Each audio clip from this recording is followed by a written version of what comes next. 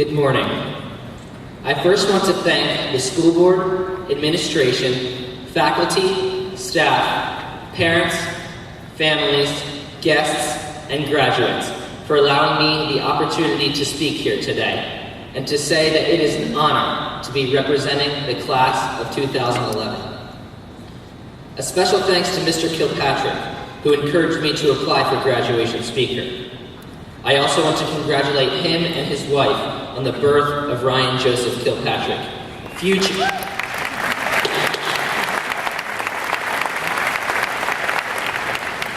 NBA superstar. Well, this is what we all have dreamed of since we were little boys and girls. Standing here on this stage, wrapped in a blue tablecloth with square hats on our heads. The American dream. Although we come from a privileged area in school where a majority of the students graduate and go on to college, we should still all be very proud on this day. We have known we were going to graduate long before today, but being here on this stage with our families and friends in the crowd is surreal. I have never known a more bittersweet day in my life. Overjoyed to be done with high school, sharing this time with my favorite people, and looking forward to college and whatever else the future holds. On the contrary, it will be extremely difficult to leave the great life and school I have at UHS. Despite having to sell your soul to be able to park at the school, we should be thankful for the opportunity to have attended a school like Unionville. I believe that most students from other schools will be overwhelmed by the number of talented, intelligent, and dedicated people they encounter at college. At Unionville, we are surrounded by hundreds of bright students every day and know that it takes much determination, effort, persistence to stand out in a crowd like this. We will be one step ahead of students from other schools and more prepared for the competition in college. Also, we see firsthand the rewards that come with hard work, being in a community with so many successful and motivated people.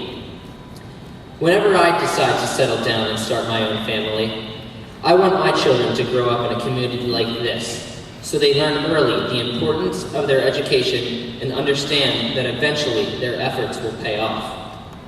It is also vital for my children to attend a school with facilities big enough for a Super Bowl halftime show. Unionville now, too, has this covered. It is my belief that people become successful by taking risks and putting themselves out there.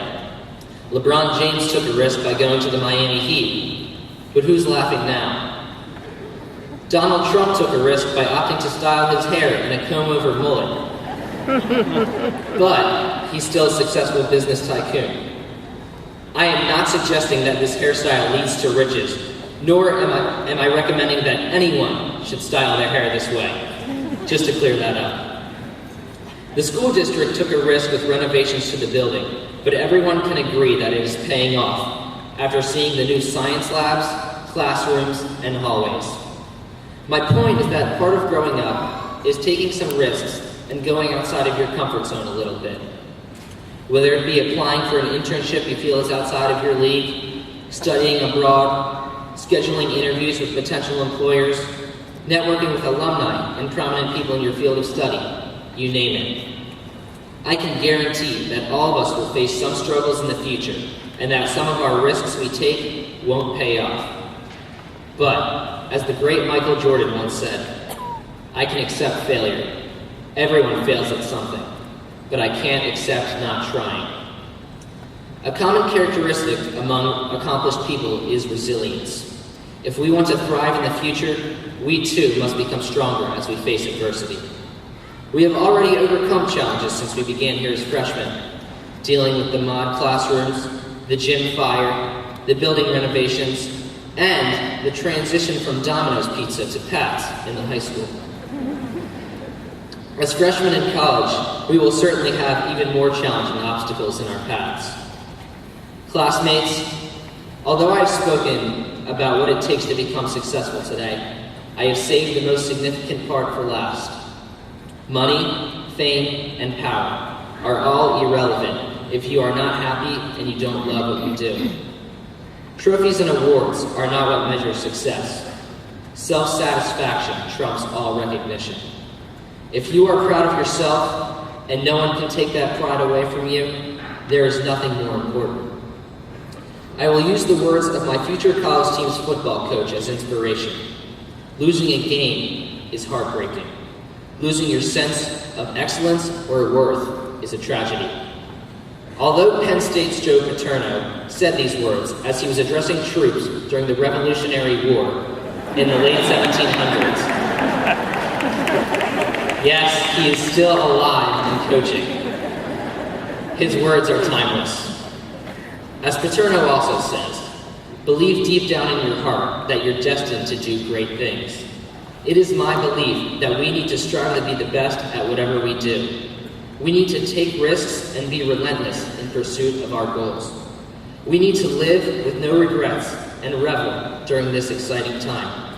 We are the class of 2011, and we are doing it big.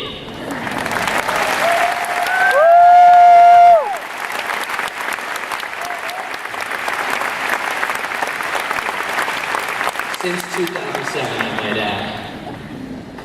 In the words of the most brilliant lawyer of our time, Elle Woods from the movie Legally Blonde, congratulations, class of 2011.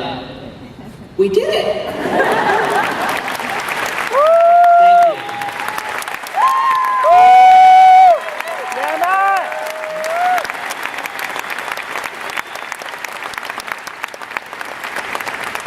I would now like to introduce our final student speaker of the day, Casey Wade Stewart.